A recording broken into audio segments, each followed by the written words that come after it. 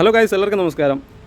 S automobiles tech വ്ലോഗിലെ മറ്റൊരു വീഡിയോയിലേക്ക് എല്ലാവർക്കും സ്വാഗതം ഗൈസ്. അപ്പോൾ ഇത് Hyundai Verna 2014 model diesel variant ആണ്. ഈ ഒരു വാഹനത്തിൻ്റെ ഒരു ചെറിയൊരു വീഡിയോ ആയിട്ടാണ് നിങ്ങളായിട്ട് വന്നിരിക്കുന്നത്.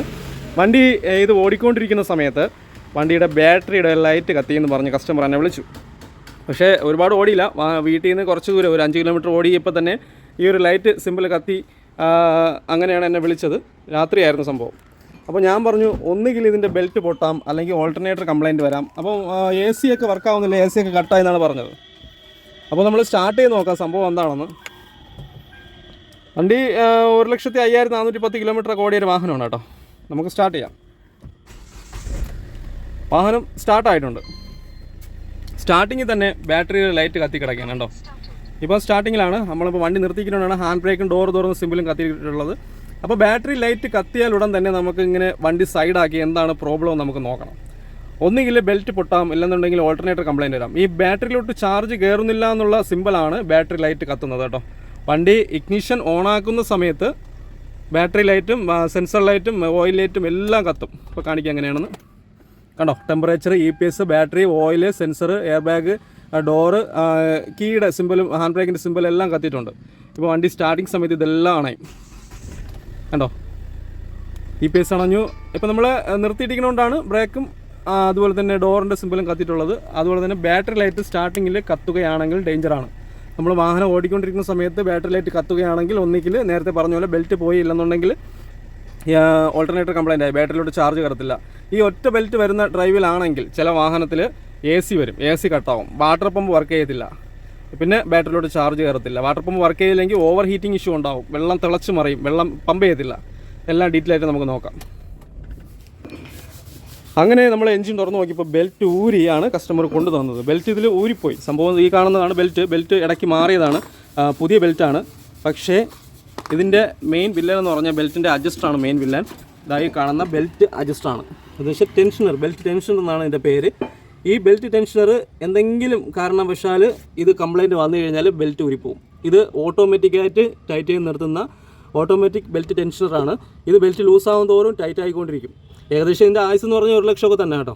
ഇത് പറയാൻ പറ്റില്ല, ചിലപ്പോൾ 1.5 ലക്ഷം ഓടാം, 1.25 ലക്ഷം കിലോമീറ്റർ ഓടാം, ചിലപ്പോൾ 75,000 കംപ്ലയിൻറ്റ് വരും.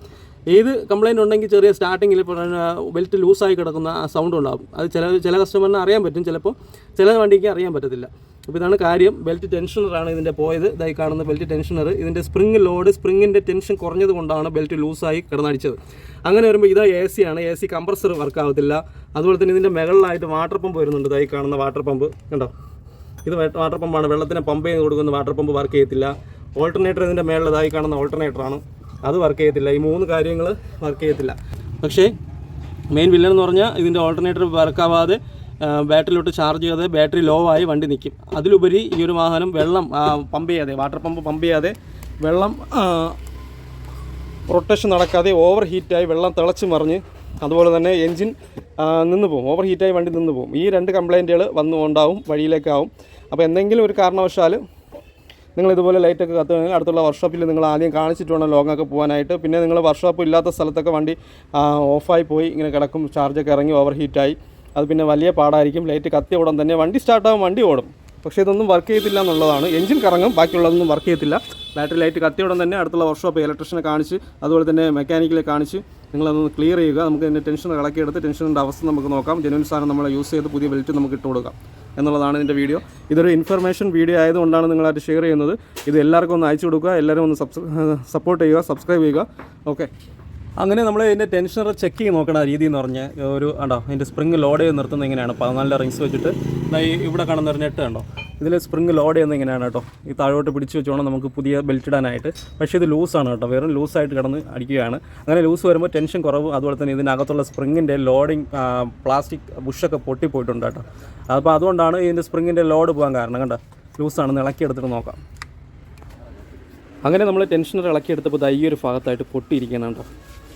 പീസ് പൊട്ടിപ്പോയി എന്ന് വെച്ചാൽ ഈ ഒരു അലുമിനിയം കേസിങ് പൊട്ടിപ്പോയി.